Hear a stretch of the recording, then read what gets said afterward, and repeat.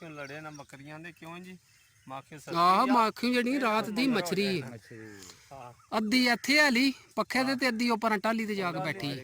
ਉੱਡ ਜਾਣਾ ਸੋ ਤੂੰ ਵੀ ਉੱਡ ਤੇ ਜਾਣਾ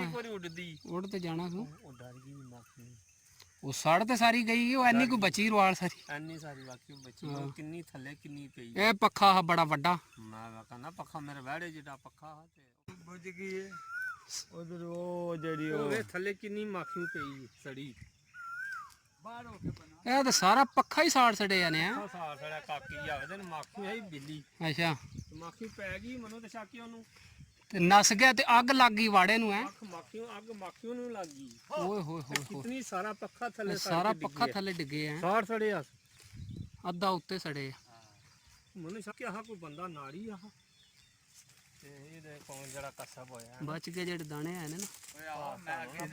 ਇਹ ਵੇਖ ਥੱਲੇ ਵੇਖ ਕੀ ਹਾਲਤ ਦੀ ਹੋਈ ਮਾਖੀ ਇਹ ਸਾਰੀ ਜਿਹੜਾ ਨਾ ਸਾਰੀ ਸੜ ਗਈ ਪੱਖਾ ਸਾਰਾ ਡਿੱਗੇ ਆ ਜਿਹੜਾ ਨਾ ਸੱਤ ਡੰਗ ਮਾਰਦਾ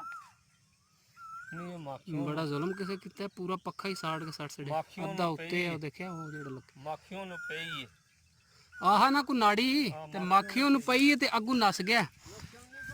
ਤੇ ਉਹ ਧੂਆਂ ਜਿਹੜਾ ਪਾਇਆ ਸੋ ਉਹ ਅੱਗ ਸਾਰੀ ਲੱਗ ਗਈ ਥੱਲੇ ਵਾੜ ਉੱਥੇ ਸੱਟਿਆ ਜਾ ਕੇ ਆਰਾਮ ਥਾਂ ਦੀ ਜ਼ਮੀਨ ਨਹੀਂ ਉੱਥੇ ਮੁੱਠਾ ਵੇਖ ਕੇ ਆਣਾ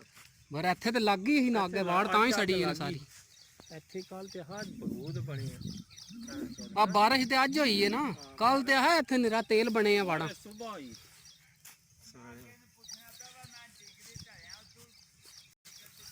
ਇੱਧਰ ਆ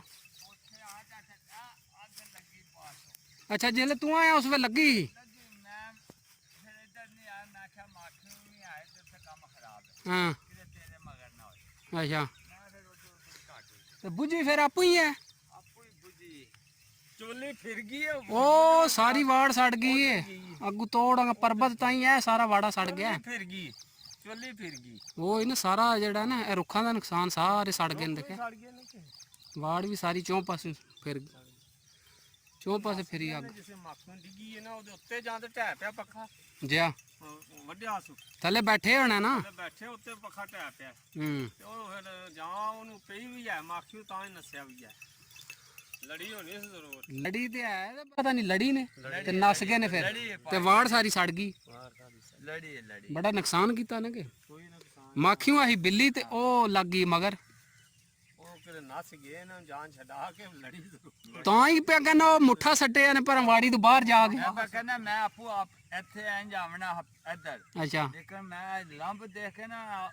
ਉਹ ਅੱਗ ਹੀ ਲੱਗੀ ਬੜੀ ਜ਼ਿਆਦਾ ਮੈਂ ਸਮਝ ਗਿਆ ਮੈਂ ਕਿਹਾ ਕਿਸੇ ਮਾਖੀ ਨੂੰ ਲਾਈਏ ਤੇ ਮੱਛਰ ਗਈ ਬਿੱਲੀ ਮਾਖੀ ਤੇ ਨਸ ਗਿਆ ਲੱਗ ਗਈ ਨਾ ਤੇ ਮੇਰੀ ਜਾਨ ਨਹੀਂ ਛੁੱਟਣੀ ਤੇਰੇ ਬੱਕਰੀਆਂ ਮਗਰ ਵੀ ਲੱਗ ਜਾਣਾ ਹਨ ਮੈਂ ਬਾਰ ਕਹਿੰਦਾ ਹਾਂ ਇਹ ਕਿਤੇ ਆ ਇੱਜ਼ਤ ਪਤ ਨਾ ਇੱਥੋਂ ਟੁੱਟ ਜਾਏ ਨਾ ਮਾਖੀਓ ਹੂੰ ਮੈਂ ਕਿਤੇ ਡੰਗਰਾਂ ਨੂੰ ਨਾ ਦਿਹਾੜੀ ਪੈ ਜਾ ਜਿੱਡਾ ਪੱਖਾ ਹਾਂ ਪੱਖਾ ਟੇਕ ਜਾ